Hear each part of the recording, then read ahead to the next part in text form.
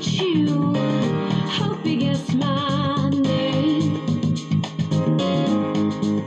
But what's puzzling you is the nature of my game. I stuck around St. Petersburg when I saw it was a time for change. I killed the Tsar and his ministers, Anastasia, screaming vain. I rode a tank and the generals rank when the blitzkrieg rained and the bodies stank. Pleased to meet you. Hope you guess my name. But what's puzzling you is the nature of my game. I watch with glee while your kings and queens fought for 10 decades for the guns they made. I shouted out, who killed the Kennedys? When after all, it was you and me. But let me please introduce myself. I'm a man of wealth and taste. I play trap for troubadours who get killed before they reach Bombay. Pleased to meet you. Hope you guess my name. What's puzzling you is the nature of my game.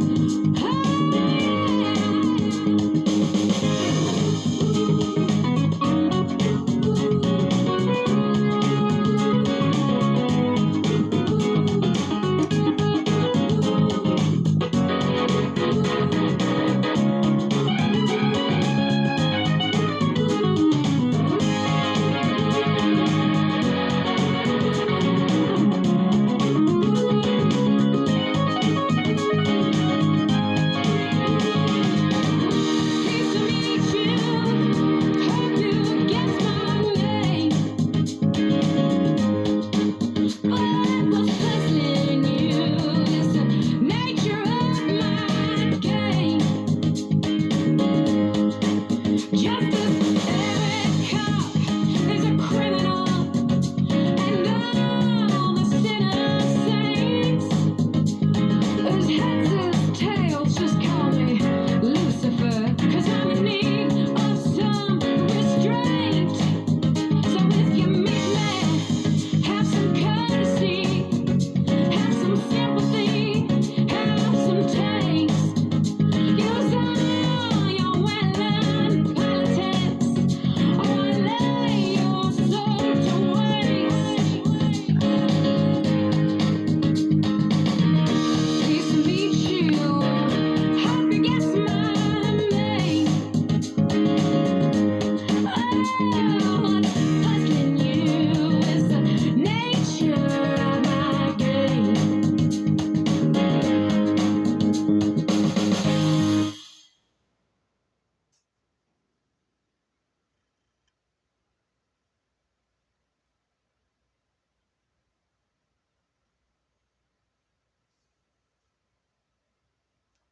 Well established thanks to the exhaustive and compelling research by many amazing content creators that we currently live in the little season.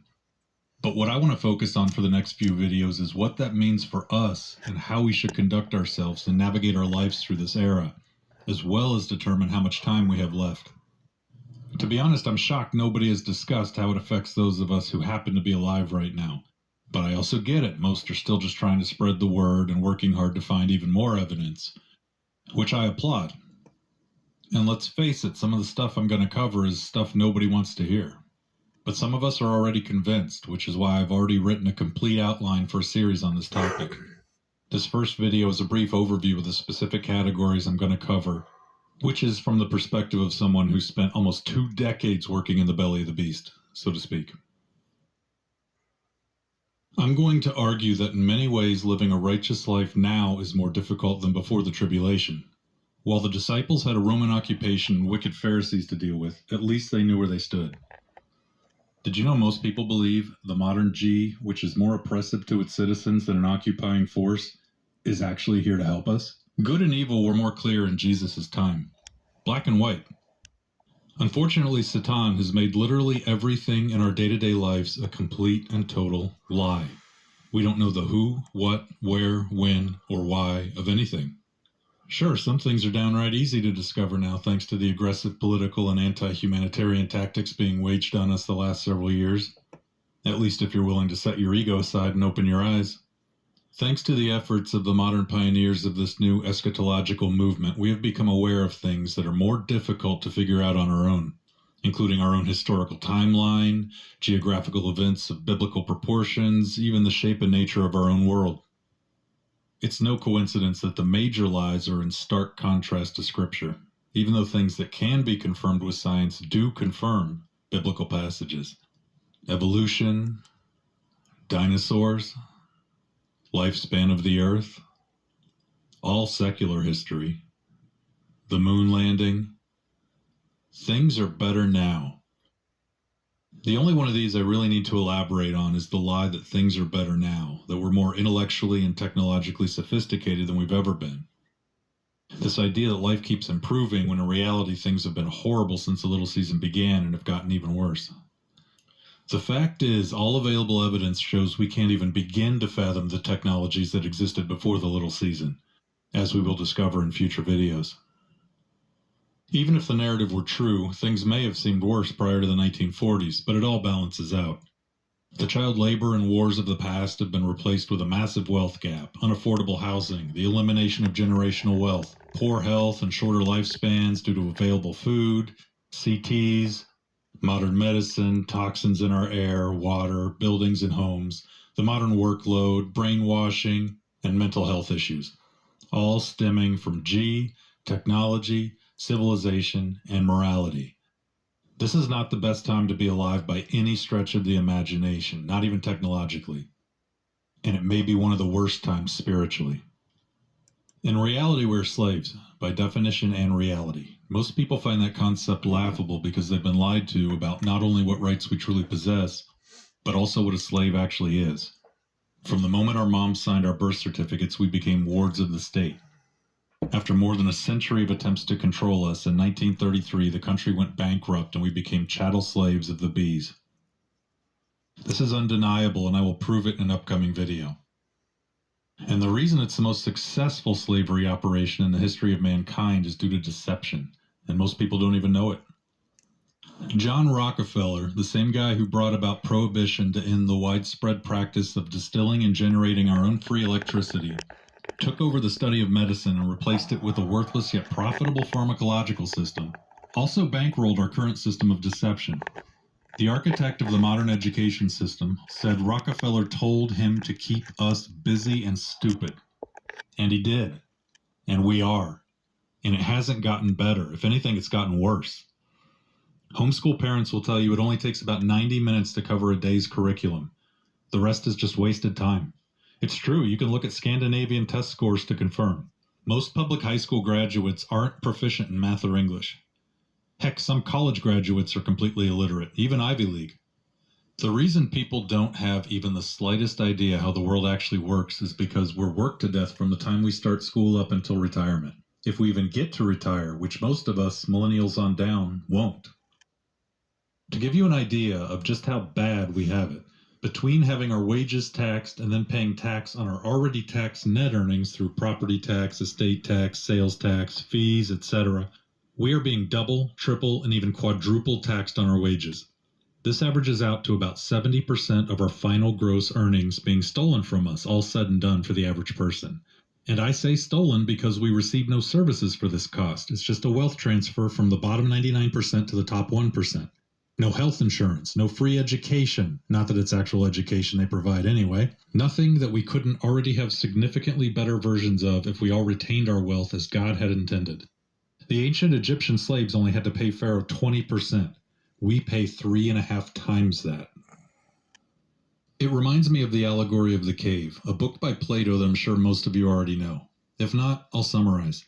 Plato compares our existence to that of someone who was born into and still lives in a cave they have never left, never seen the sun. The only thing they know of the real world are the shadows that those on the outside project onto the cave walls. We are only able to conceive of a very tiny amount of reality. For us, this works on so many levels because whether you're discussing science, politics, theology, we only have a small piece of the puzzle and have to fill in the gaps ourselves. In our case, I call this the simulation within a simulation. To make it more relevant, replace the shadows on the cave wall with a screen. Everything we know of the modern world is learned through a screen. In a poll conducted on what proof you have that we landed on the moon, the most common response was, because I saw it on TV.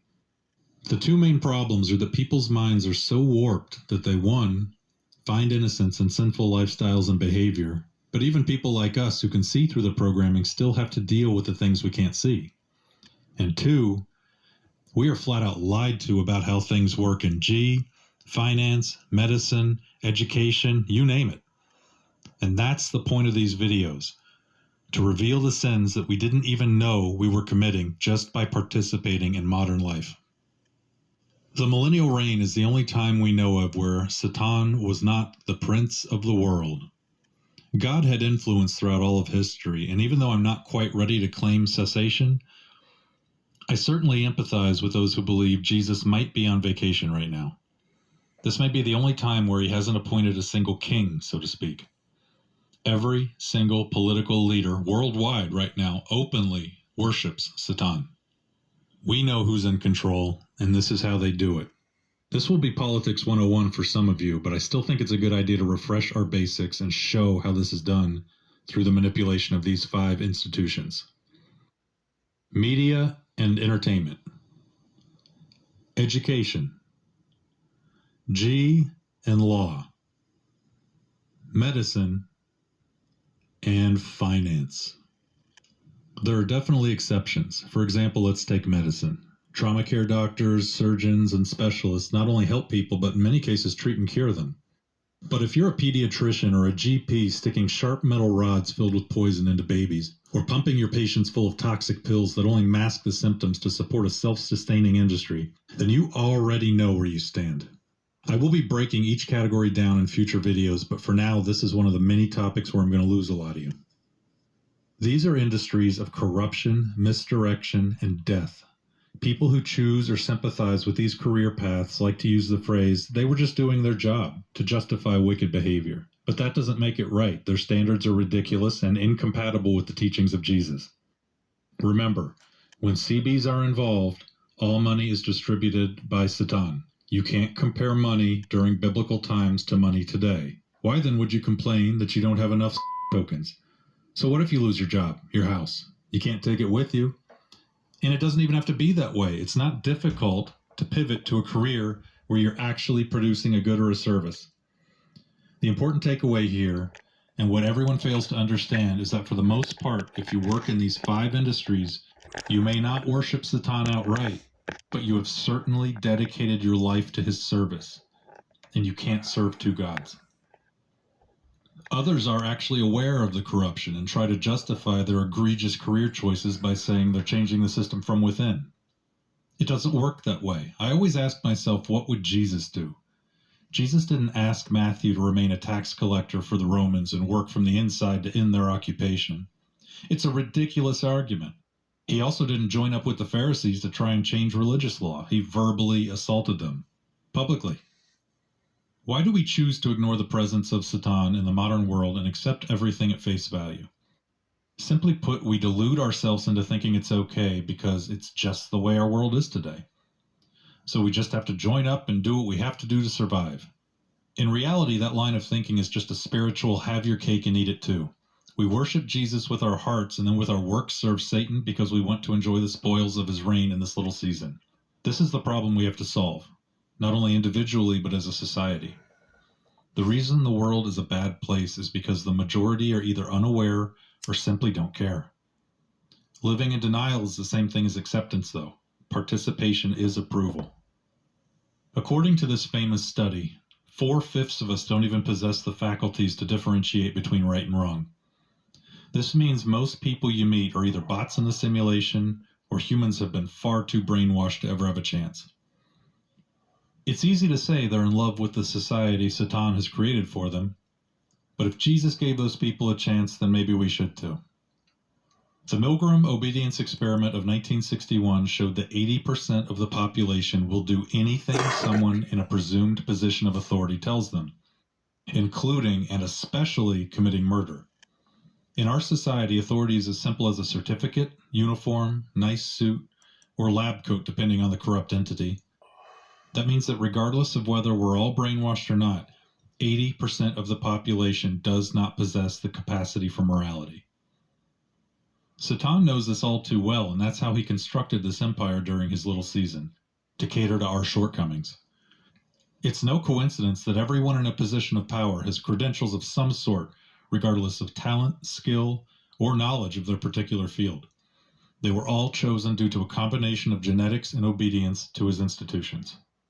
He picked these people because they're either ambitious or degenerate, and thus easy to control, while constructing a system that requires them, regardless of talents or skills. Do you think Jesus requested credentials? Fact is, he judged people in leadership positions harsher. In our system, they get a free pass. The other reasons people choose to worship Satan's system are all more well-known human psychological weaknesses. Loneliness, fear of not having love, family, a support system. Unfortunately, in our modern world, money is what most people worship. This leads us to try to obtain social status by any means necessary, most commonly by acquiring fake wealth. You know, those worthless little green pieces of paper with FMs on them? And let's be honest, money, power, wealth, and love, even if superficial, are very tempting propositions. A trivial pursuit, though, since God says you can't worship both Him and money. But pride works against us in many ways other than financial. And as sinners, we all possess at least some. It becomes nearly impossible for prideful people to find truth. They find it inconceivable that anyone would lie to them, much less every person in authority they've ever encountered. I know folks like to cite the Stanford experiment to show just how easily we can be deceived into believing a false reality, but let's take it a step further. Get a little closer to home. It's amazing to me that anyone who's ever gone to sleep at night and had a dream can struggle with the concept of brainwashing. Look how simple it is for us to believe a fake reality is real. It literally happens to us every single night. Whether through programming or just our own innate nature, studies have also shown that we possess a filter for all incoming information that causes us to discard anything that we think others will find unbelievable. Mob rule wins over fact most of the time. It's hard to fight. And that's the other thing. It is simply so much easier to just go with the flow and conform to the world as it's presented. You will certainly have your basic human needs and desires more quickly and fully met just by adhering to the modern world. Well, every need except spiritual. We don't think ahead anymore. We tend to forget ourselves and focus on short-term pleasures like getting a degree, a job, the money and possessions that go along with it, and retirement. We don't keep top-of-mind awareness on important things like the real world, eternal life with Christ. Luckily, it would seem that most who have dug into the research have embraced it, but there are a few who haven't, and for reasons I'm still trying to wrap my mind around, there are significantly more full preterists than partial, and that doesn't make any sense to me at all. JT Follows JC, a YouTuber, said it best. If we were living in the kingdom of God, we would already know it, or something like that. I joined a full preterist Facebook group just to speak with people to see where they were coming from. They know the futurist theory doesn't make any sense, and some of them even spent time as partial preterists. I struggled for months trying to figure out how people could believe we're in Satan's little season and then finally decide on full preterism. Whether from a biblical or political viewpoint, it makes no sense. And the conclusions I arrived at are not good. First, strength in numbers. Okay, I get that. People are tribal and want to follow the herd. But I tend to think if you were already willing to believe full preterism, then social acceptance isn't your particular cup of tea, which only leaves one other logical conclusion: the ability to enjoy the spoils of Satan's little season without guilt. They want to wallow in the immorality of our modern culture and enrich themselves through a CB financial system that transfers what little money the poor have to the rich without any guilt. They want to enjoy sexual immorality, debaucherous lifestyles, focusing all their energy towards the accumulation of wealth to define their self-worth and judge others based on theirs. Simply put, they don't want to believe that all modern institutions are evil. Well, the best place to start is always Scripture. Jesus says we need to be in the world, but not of it. This lets us know that we must still engage with society while not giving into wicked behavior. Unfortunately, this doesn't define what is and isn't sin in the modern age, where we may inadvertently sin 100 times a day before we've even had lunch. But what it does is get us thinking about things and hopefully opening our minds to reality, such as it is. We know for a fact that being too cowardly to avoid Satan's traps, even though we live in a very difficult time to avoid sin, will keep us from joining Jesus in the kingdom of heaven. So participation in these common everyday routines is out. The important thing to note is that evil in this world only really has power through deception. These people aren't physically strong Nephilim giants. In fact, they don't even possess much in the way of intelligence either, as you'll see in the next video. All we have to do to defeat them is to stop living according to their standards. The Amish found their own way of dealing with it, so why then can't the rest of us? The consensus among biblical scholars is that we need to submit to a legitimate G or authority. The reality is that we don't have legitimate authority, by any stretch of the imagination. To possess legitimate authority, you must possess both morality and competency. Not a single entity currently claiming authority possesses even the tiniest amount of either. By any definition or metric you measure legitimate authority, we don't have it. I will satisfy anyone's resistance to this statement in future videos. Satan only has power because we believe it. I always like to think of the Edmund Burke quote, "All it takes for evil to triumph is for good men to do nothing." I'm guessing he was inspired by Scripture when he said that, because the Bible makes roughly the same statement quite often. The Good Samaritan is too obvious, and I'm sure you've all heard it, but outside of that, this is the first line I think of.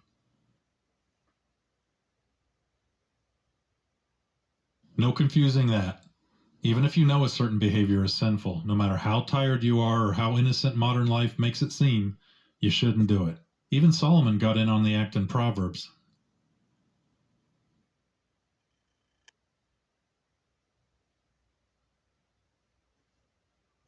Simply put, allowing ourselves to be deceived is morally, biblically, and spiritually unacceptable. I'm sure some of us are saying that we can't help it if we didn't know, right? Well, I know we aren't at the level of the disciples, whom Jesus instructed to be wise as serpents as they went off to preach the good word. But we need to proactively try to discover the truth, more now than ever. Unfortunately, reality is really depressing, and I've seen people begin this process only to go back because they want to live in a make-believe fairy tale world. I don't blame them. Reality is brutal, but avoiding it doesn't make it right. When the Bible refers to works, the majority of what they're referring to is education. Our good intentions have no relevance without truth. It may be written on our hearts, but a lifetime of deception can bury it. Before we can even begin to do God's work, we must have fought through that deception. And the only way to do that is admit we've been brainwashed. Jesus tells us to become like children before we can enter the kingdom of heaven. This is usually interpreted as being about innocence, but also rinsing your mind of all the false teachings we've been subjected to, which is nearly everything, and start questioning everything we've been told. I don't care if you're 18 or 80. We can't even begin the process of navigating this world if we don't first admit that everything we know is wrong. We must become like children. And since very few people are capable of this kind of hit to their ego, Satan will continue to grow in power. But those of us with a passion for truth can still control our own lives. For those who think they can just ignore this, I'm going to take just a minute to show you a few biblical references about allowing yourself to be deceived. Most people today have been taught to believe that allowances and accommodations should be made for people that simply didn't know any better. This is dangerous thinking and contradicts Scripture. This should not be viewed as a secondary request. The Bible makes it quite clear this is a requirement for righteousness, right from the get-go. What is the most famous story in the Bible? Adam and Eve. And what did Eve do that was so egregious? She allowed herself to be deceived by Satan.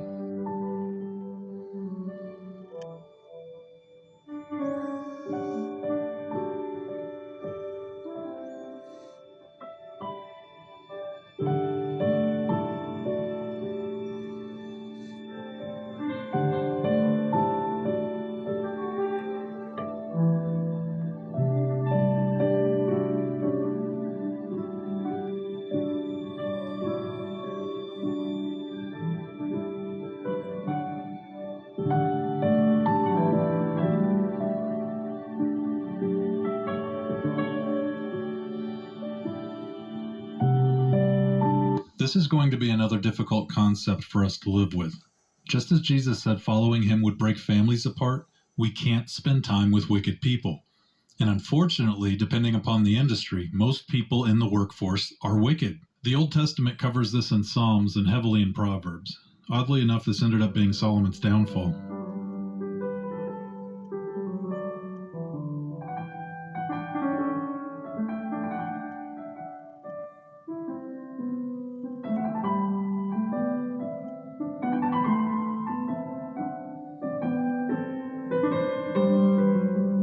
The New Testament only confirms.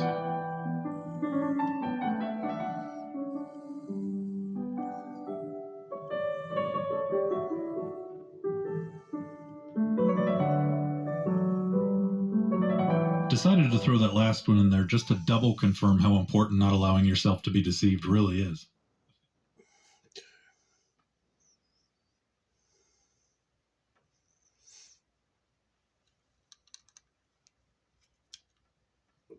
Two.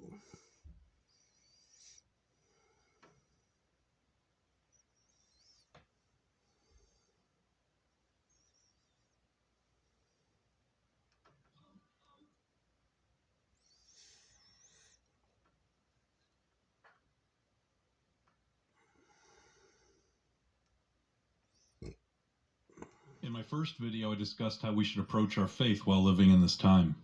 Over the next several videos, I'd like to dive deeper into the specifics while also including evidence that we're nearing the end of the little season.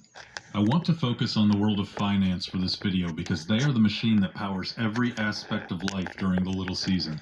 But there will be some overlap because all categories work together to create a symphony of wickedness. And if this is indeed the end of the little season, then those who predicted the start as 1776 are probably on the right track, as my goal is to show that it's mathematically impossible to continue on our current economic path, and that those in charge have no intention of doing so anyway.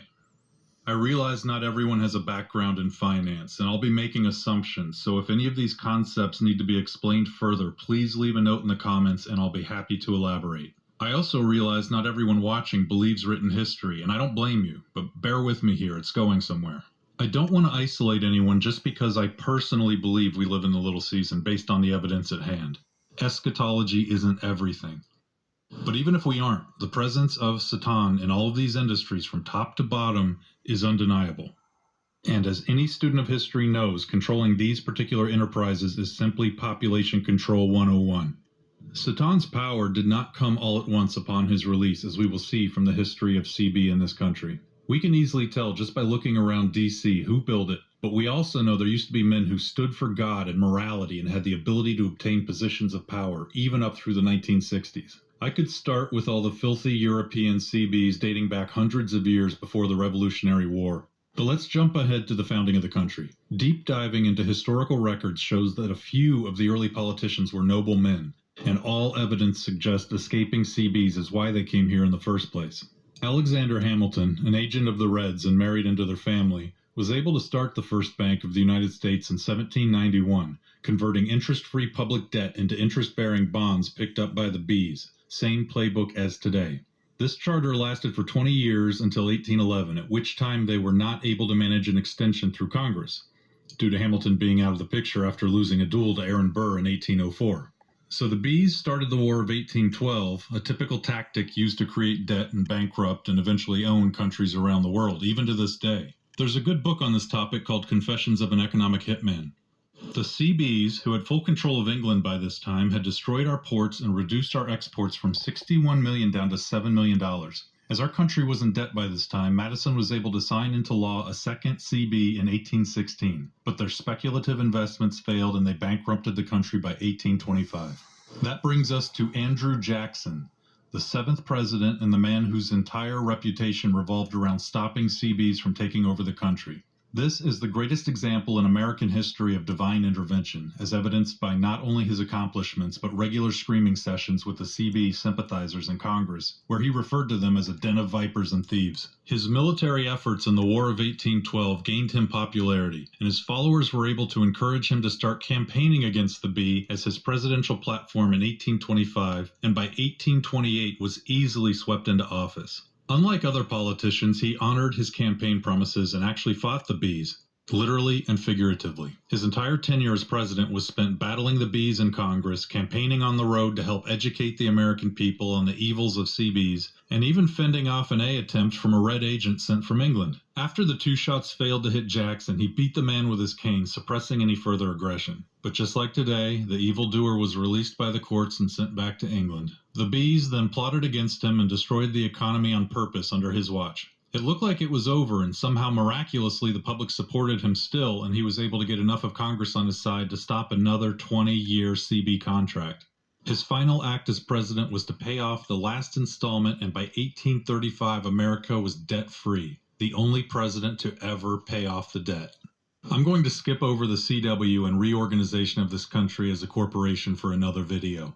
But I will say that the 13th Amendment freed what few slaves were left by the end of the CW, and the 14th Amendment enslaved us all. All of Andrew Jackson's work was washed away the day Woodrow Wilson fell to deception and signed the FRA into law, giving a private bee the right to print all our money. And in exchange for their efforts, we accrued debt and paid them interest. The bees had finally won, this time permanently. He eventually woke up and realized his mistake, but it was too little, too late. I could do an entire video on just this topic, but you can already find thousands on YouTube. This is what really enslaved us. Do you ever wonder why we don't have any of the rights guaranteed in the Bill of Rights? Heck, very few of us even own land, even those who think they do. This is what allowed all future legislation that would slowly but surely remove all rights and wealth from us. Also in 1913, but not coincidentally, the 16th Amendment was ratified, although not officially, demanding that every citizen of this country pay a significant portion of their wages to cover the interest accrued by the FRA. This bill was actually sold to the public as a tax on the rich. They were told wages would not be affected since the definition of income at the time was capital gains, or profits on investments. The ashy people have a habit of changing the definition of words to fraudulently modify contracts. And we will see more of this in future videos. JFK really was a man of the people. He had spoken publicly on his dislike for the corrupt CB years prior and had a history of going against the narrative. His writings on the second WW mirror those of Patton. On June 4, 1963, JFK signed Executive Order 11110, authorizing the USG, not the FR, to print money, in this case $2 and $5 bills backed by silver. There would be no debt or interest the American people would have to pay on this money to the FR in the form of income tax and no inflation. But this was very short-lived, and after he was aide, the very first thing the next president, Johnson, did was overturn this executive order. You can still find these bills in coin shops across the country. Ronald Reagan actually campaigned on auditing the FR, which was very relevant at the time due to the poor economy of the late 70s. One of his first acts was to order the GC, which showed that, among other things, the FR was not a part of the G, but a private B. And it proved the ERS is literally a collection agency for them, also a private company. But an A attempt stopped him from ever releasing this to the public, and he became a puppet immediately after that and throughout his next term. Trump also campaigned on auditing the FR, but as we can clearly see, he's the B cartel's biggest fan and a massive con artist. 2008 is when our economy took a dramatic turn. Going back even as recently as the 90s, there was such a thing as principles of economics. In order to stay in business, you had to be a properly functioning, fiscally responsible company with a positive balance sheet and no fraud. They used to require efficiency experts to make sure companies could stay in business. Now we have massive HR departments that create millions of unnecessary jobs at high rates of pay. The only qualification is that you have an indoctrination degree. Economics no longer matter. Remember when a company's sales, earnings, and profits actually mattered? Remember when movie ticket sales and TV ratings were the factors that determined what was aired? Well, not anymore. I read these balance sheets every day. These companies are underwater on earnings, but have so much capital flowing through them that was simply printed out of thin air to keep them solvent that it doesn't matter. Network news loses millions of dollars a month and has for decades, but they keep chugging right along. Movies and TV don't care if they have viewers. They just push a narrative, and they'll continue to pull in the money to fund them. They even cancel shows with high ratings if they lose control of the narrative. Remember music? Bands became successful because they were the most talented songwriters and performers. Now it's just the children of I pretending they're regular people, and we can hear the results. Why? Because they are funded elsewhere. We no longer have a functioning economy, just the illusion of one, powered by a financial system where one private bee has the ability to print and give money to whomever they want, whenever they want, for whatever reason they want. The FR is essentially UBI for billionaires. Everything changed with the GFC. They completely disregarded all economic rules and just printed. We've technically been in a major recession for nearly 20 years by every metric. But when you just print and devalue the currency every day, you can do whatever you want until you can't. And did it benefit us? Did the wealth gap shrink? No, it's been expanding by leaps and bounds. The billions they printed each year is now in the trillions, monthly, with no signs of slowing down. And where does every dollar of that money go? Directly into the pockets of billionaires through their corporations, expanding the money supply and devaluing our currency by the day. Literally, the amount of money printed is the amount of wealth the top 1% has gained in the last 15 years. And unless you receive a 25% salary increase every year, you are actually getting a pay cut due to runaway inflation. But it's not just them. We also contribute to increasing the money supply and devaluing the currency ourselves. And this is the part we need to and can actually change. But this goes deeper than just theft, which is what pumping the money supply is. It also causes the wealth gap to grow, which studies show has a significant impact on childhood mortality rates and leads to sharp increases in cancer and diabetes in adulthood. Contributing to the wealth gap is literally murder. The middle class in this country as we knew it is dying. We will soon have two classes, rich and poor. What people don't understand is that unless something is done now, our generation, millennials and younger, won't be able to retire. And it's probably already too late. The average salaried or wage-earning person will end up homeless upon retirement because they will have no way to support themselves. This is why no generation should pass the buck and give debt to their children while living it up. But that's exactly what's happening now. But really, all of that is being very optimistic because there is no mathematical way to save the economy at this point. They have to keep printing just to keep it alive until eventually it implodes. Those at the top will be fine, but the rest of us will be killing each other over scraps. This is why I believe we're nearing the end of the little season, because there is no mathematical way out. They used to have to make the economy believable. It was simple to understand and any accountant could figure it out, but not anymore.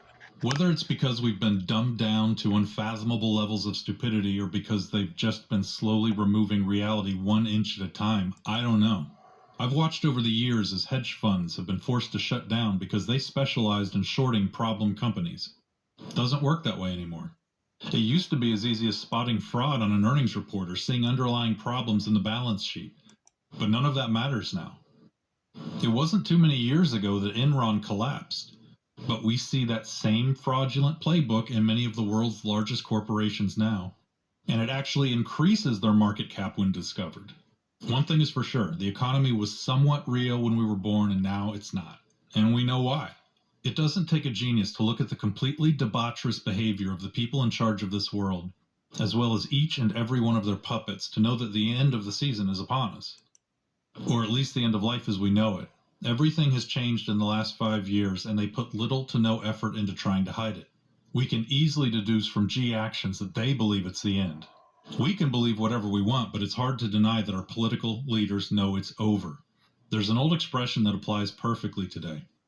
The last official act of any G is to loot the treasury. Well, this started in 2008, ramped up exponentially in 2020, and has no signs of slowing down until it's over. The G used to work to improve lives, or at least pretend that's what they were doing. Here are some examples of legislation that really helped this country boom and provided at least some of what God intended for us to have as His children. Starting with the Homestead Act of 1862, U.S. citizens were given free land, 160 acres to each family, enough to build a life. Here's a few more examples. The Federal Home Loan Bank Act of 1932 guaranteed oversight on the mortgage industry to provide fair rates and bring prices in line with what a working family could afford. The Housing Act of 1937 provided subsidies to build housing for low-income working-class families. HUD, or the Department of Housing and Urban Development, which was founded in 1965, really did a great job of providing housing to people who otherwise could not afford it.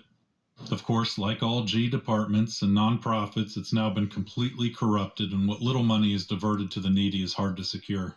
I've just mentioned housing here, but it's the same with everything. They used to work to make sure we prospered and could afford basic needs. I won't go into how they've destroyed and profitized other life requirements like air, water, and food. Even though we're told things are better now, they certainly aren't.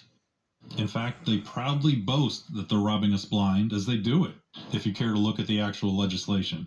Every single bill or measure is specifically designed to artificially boost the price of these staples to enrich a specific class of people at the direct expense of everyone else.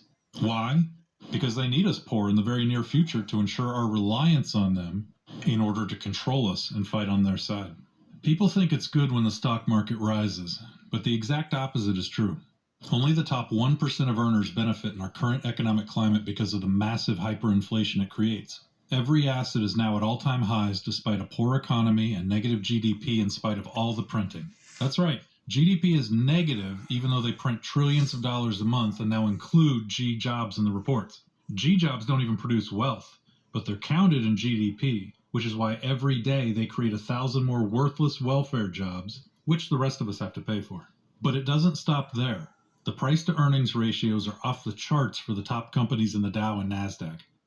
In 400 years, they won't make enough money to justify their valuations. So why is so much money directed towards them? Because the same people printing and sending out the money are the same people receiving the money.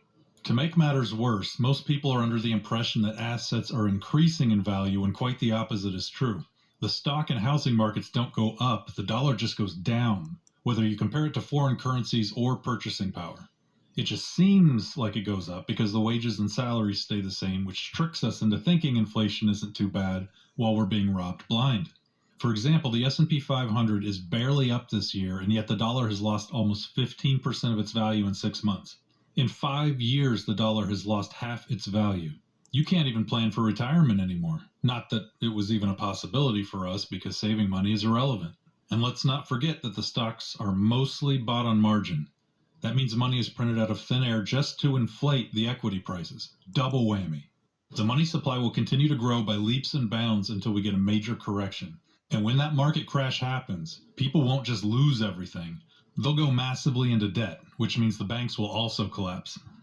What's more, all of these top companies are admitting in their quarterly earnings reports that they're committing fraud and nobody does anything about it. Why? Because nothing is real anymore.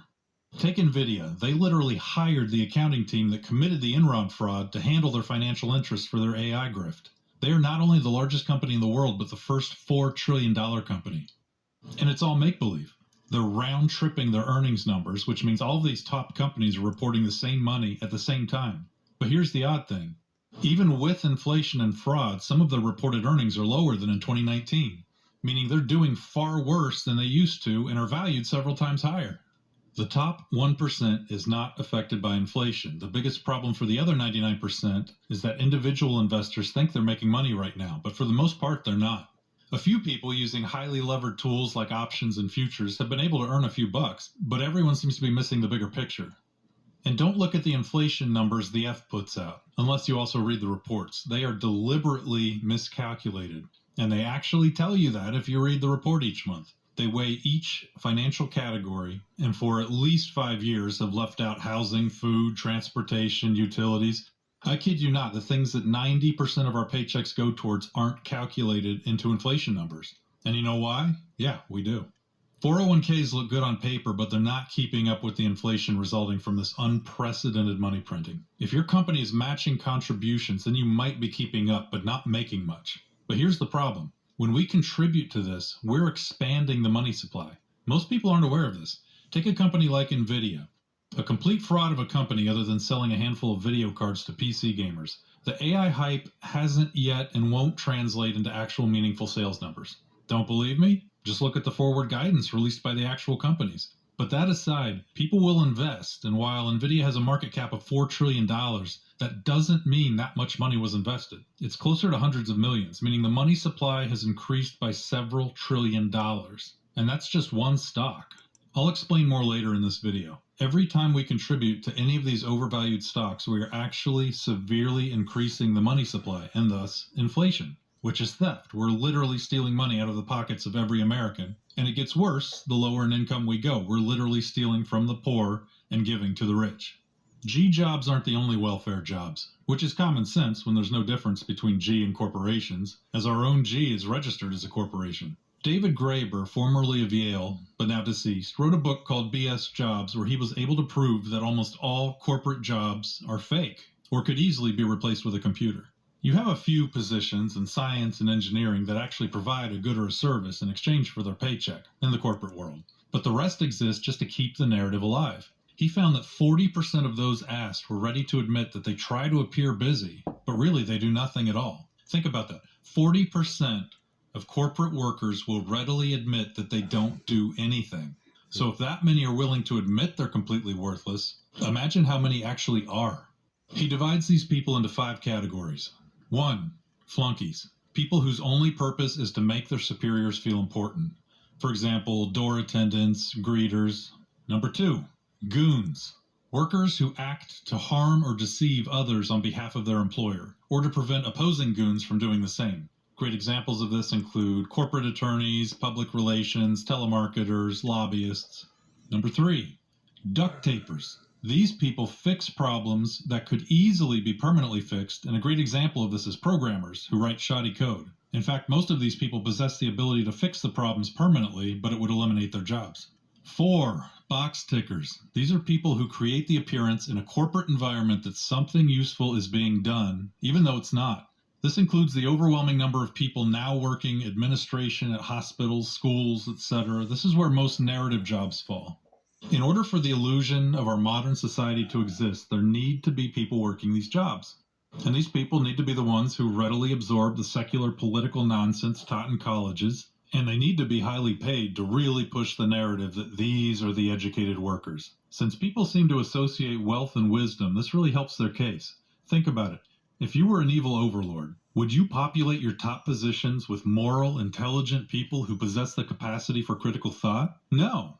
You would reward those who blindly accept whatever narrative you've created for them. This is why those whose brain power is focused on absorbing instead of thinking are rewarded in school as well, and thinkers are punished. Now, I realize most of us have college degrees, and that doesn't necessarily mean we're idiots, but let's be honest.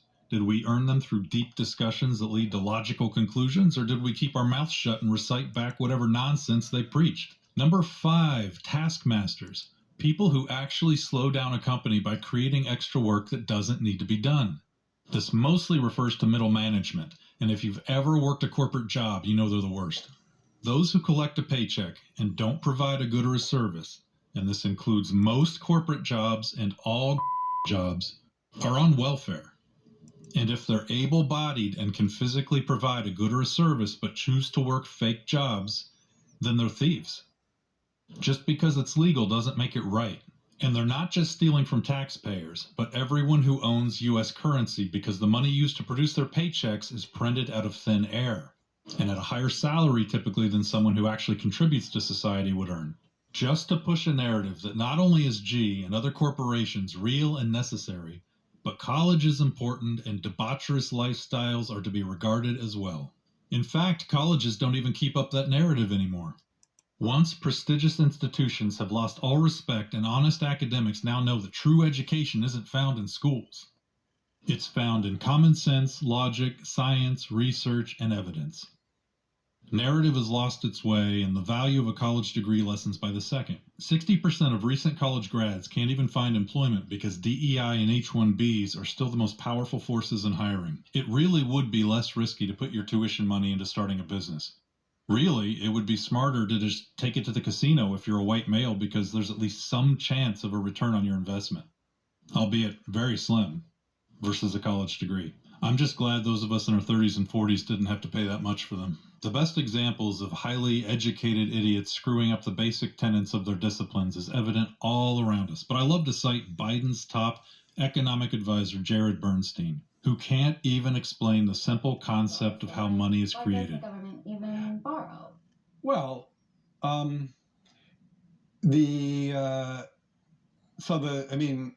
again, some of this stuff gets, some of the language that some of the language and concepts are just confusing. I mean, the government definitely prints money, and it definitely lends that money, which is why the government definitely prints money, and then it lends that money by selling bonds.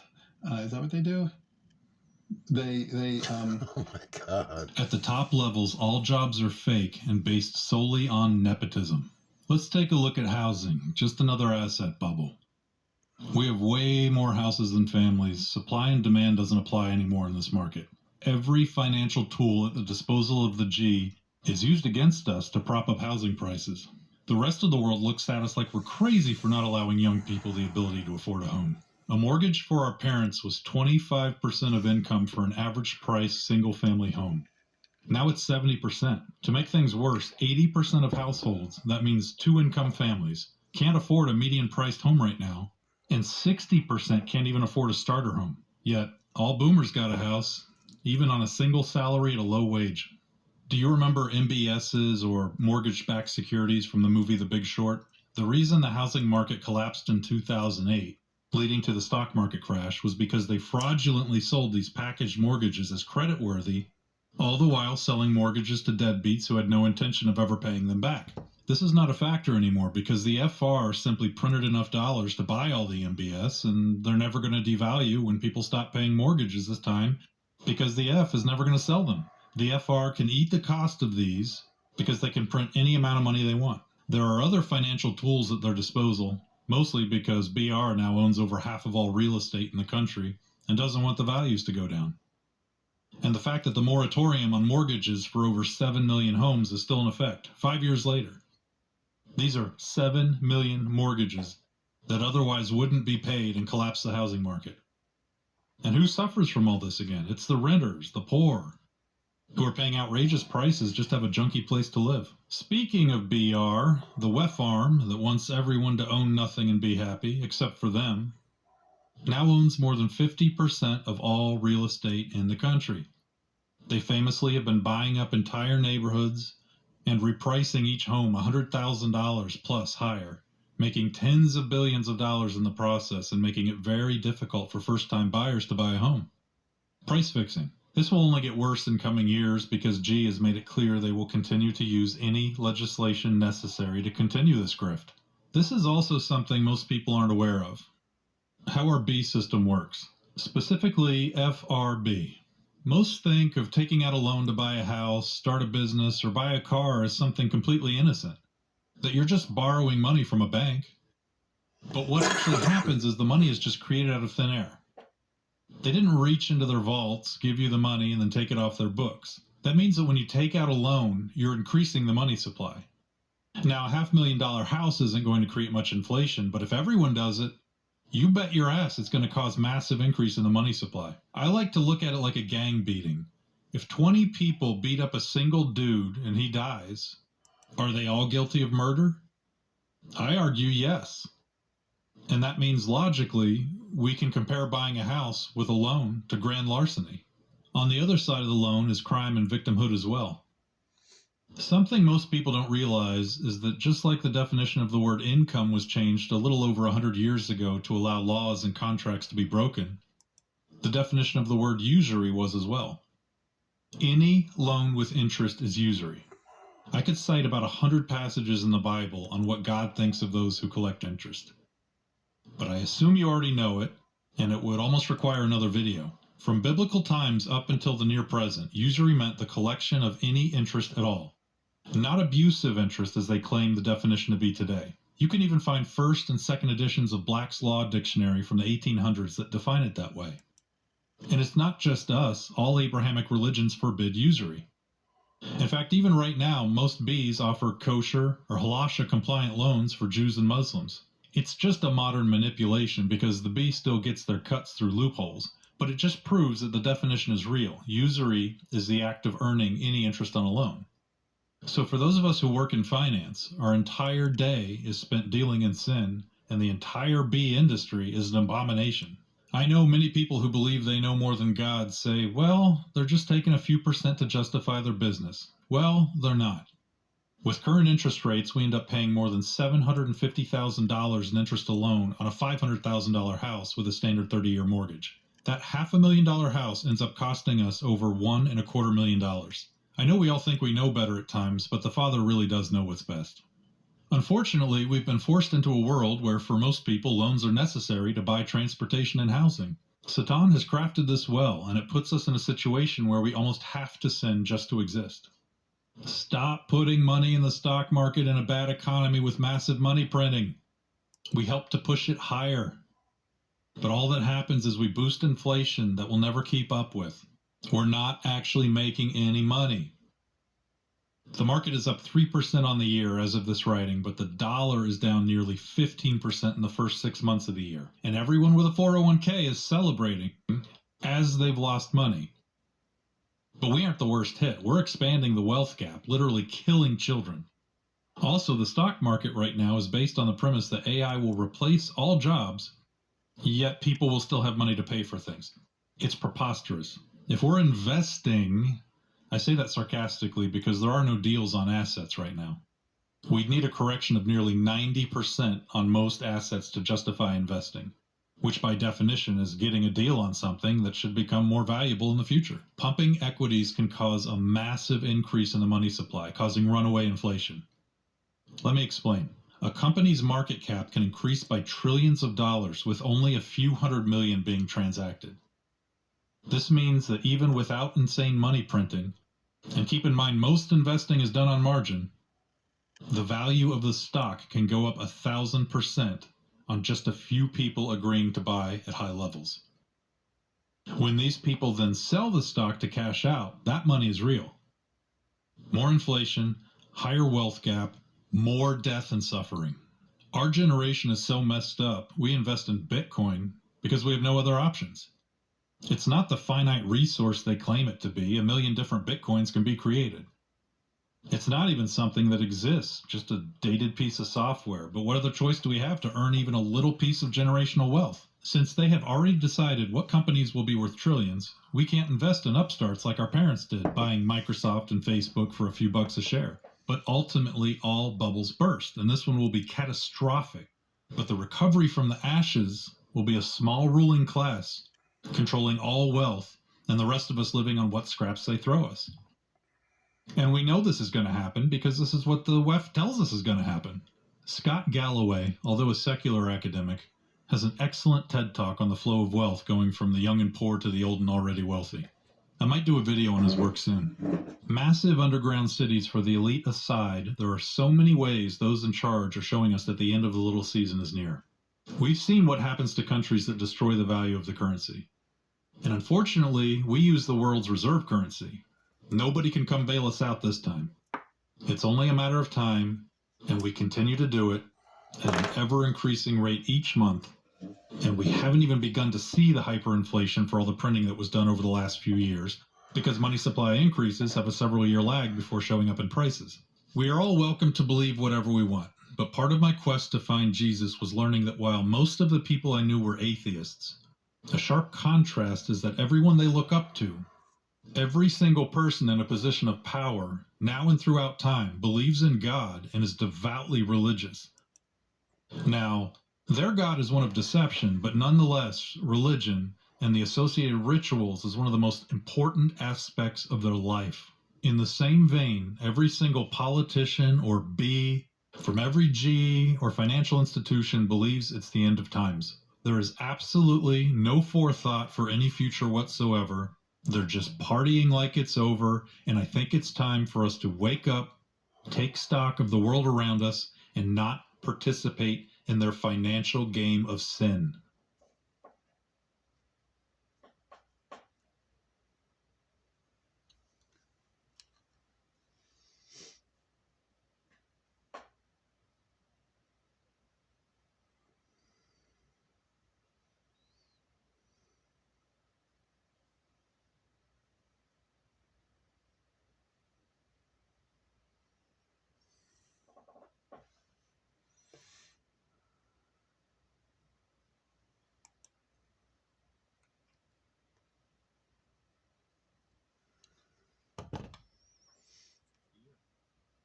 This is the third such time that this has happened, the first being Oumuamua in 2017, followed by Tuai Borisov in 2019.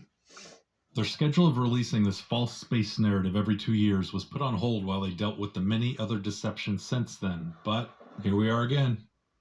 Here are a few excerpts from his recent interviews. You now say this is not only an alien spaceship, but it's nuclear powered? Why are you saying that? Well, thanks for having me. First, I should say that if the light that we observe from this object is reflection of sunlight, its size needs to be bigger than Manhattan Island, 20 kilometers or so. And there isn't enough rocky material in interstellar space to deliver a rock of that size earlier than 10,000 years from now. So the question is, what is it? And its orbit, the trajectory that it takes, is aligned with the plane of the planets around the sun to within 5 degrees. That's a chance of 1 in 500. And moreover, the timing What does that tell you? What does that trajectory tell you? Well, it indicates that perhaps